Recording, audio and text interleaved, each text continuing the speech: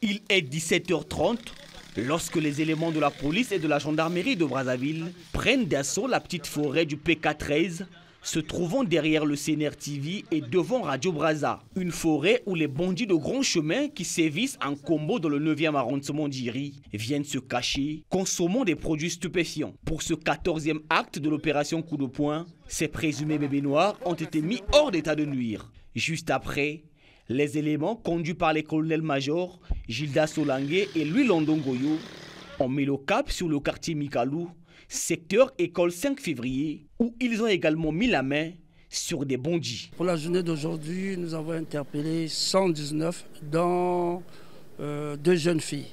Il faut dire que l'objectif est atteint. Les parents doivent comprendre que nous sommes là pour leur sécurité. Notre but, c'est faire de telle sorte qu'il n'y ait pas de gros banditisme dans la ville de Brazzaville. Souvent, les parents ont tendance à dire que non, l'enfant n'a rien fait, bon, il est parti dans une pharmacie acheter les produits, mais ce n'est pas la peine de nous raconter des bobards.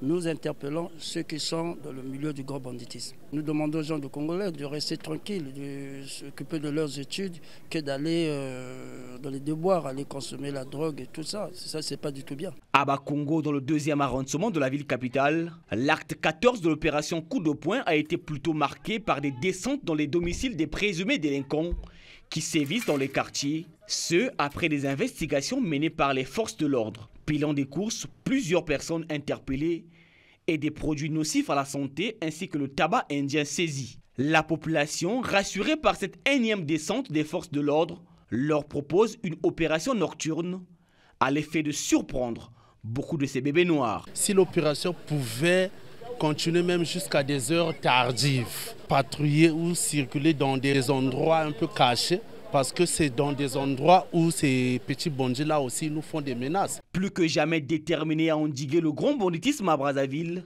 les commandants des forces de police et de la gendarmerie de Brazzaville insistent sur l'implication des populations à travers la dénonciation des fauteurs de troubles pour réussir ce pari.